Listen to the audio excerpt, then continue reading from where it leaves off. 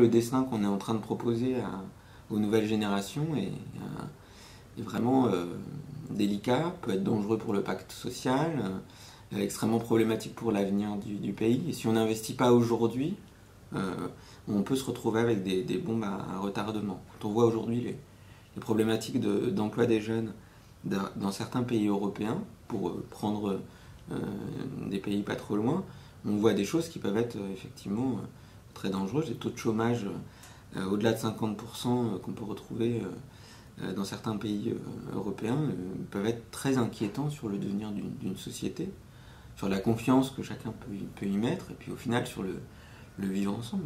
Donc si on ne se retrouve pas tous les manches et qu'on n'investit pas tous à nos niveaux respectifs dans quelque chose, on y arrive. Volonté de travailler sur à la fois les dispositifs pour favoriser l'emploi pérenne des jeunes peu ou pas qualifiés se double d'une volonté de dire les jeunes qui sont vraiment qualifiés, donc master et tout, ces jeunes-là, il n'y a pas de raison qu'il y ait des bizutages, il n'y a pas de raison qu'ils passent leur vie dans les stages, et il n'y a pas de raison surtout que les entreprises ou les acteurs employés passent par la moulinette des générations sur des emplois qui sont de réels emplois des stagiaires. Donc, la proposition de loi, elle se situe très clairement là-dessus, qui est une demande d'ailleurs des étudiants, sur la question de l'encadrement des stages, et qu'on distingue bien la question des stages, avec un lien avec la formation, la question des premiers emplois, des choses comme ça.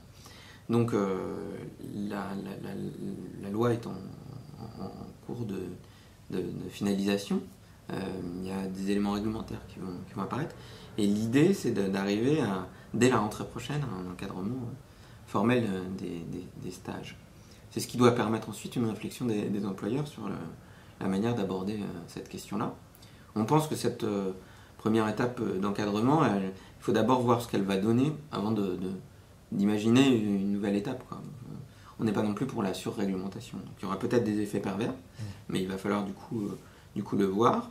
Et, il y a déjà eu dans le secteur social des gens qui s'étaient inquiétés du fait qu'on ne puisse pas couvrir. Donc la ministre des Affaires sociales, Marisol Touraine, a annoncé la création d'un fonds dédié qui permette d'alimenter l'indemnisation des stagiaires dans ce domaine-là.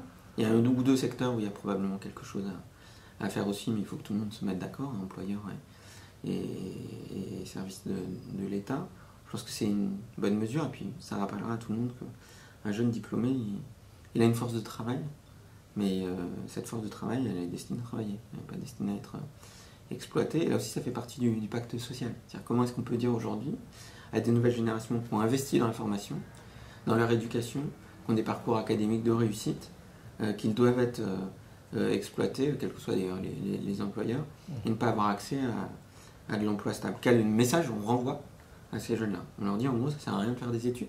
Nous, on pense que ça sert à quelque chose de faire des études, et qu'il est de la responsabilité collective de proposer à ces jeunes. Et on a besoin d'être plusieurs dans ce débat-là. C'est-à-dire qu'il y a aussi une responsabilité des organisations syndicales de salariés avec les employeurs pour qu'entreprise par entreprise, cette question-là, elle soit prise à bras-le-corps. Que l'arrivée dans l'entreprise des nouvelles générations soit un projet partagé. Alors, partagé dans la transmission du savoir, on parlait du contrat de génération, mais en dehors des dispositifs, il y a de ça.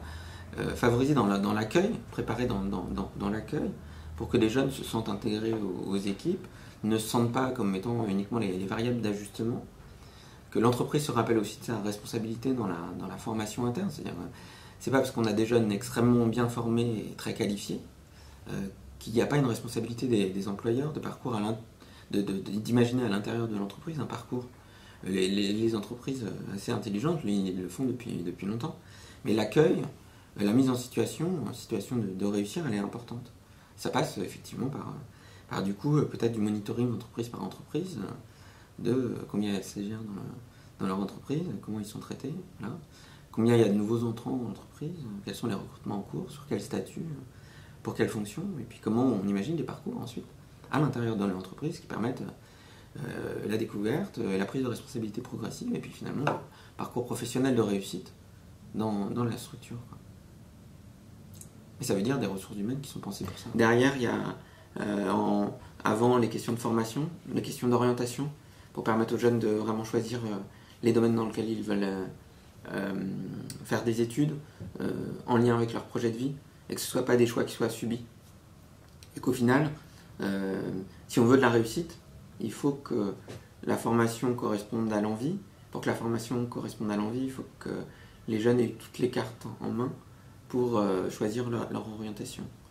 Et derrière, on a un objectif aussi de ramener le plus possible les jeunes vers le droit commun, pour les accompagner dans un parcours qui soit choisi, qui soit pas qu'un parcours éducatif ou un parcours vers l'emploi, mais aussi un parcours qui est en lien avec leurs aspirations, leur volonté éventuellement de changer de lieu, de découvrir autre chose, de mener en parallèle des engagements pour qu'ils trouvent pleinement leur place.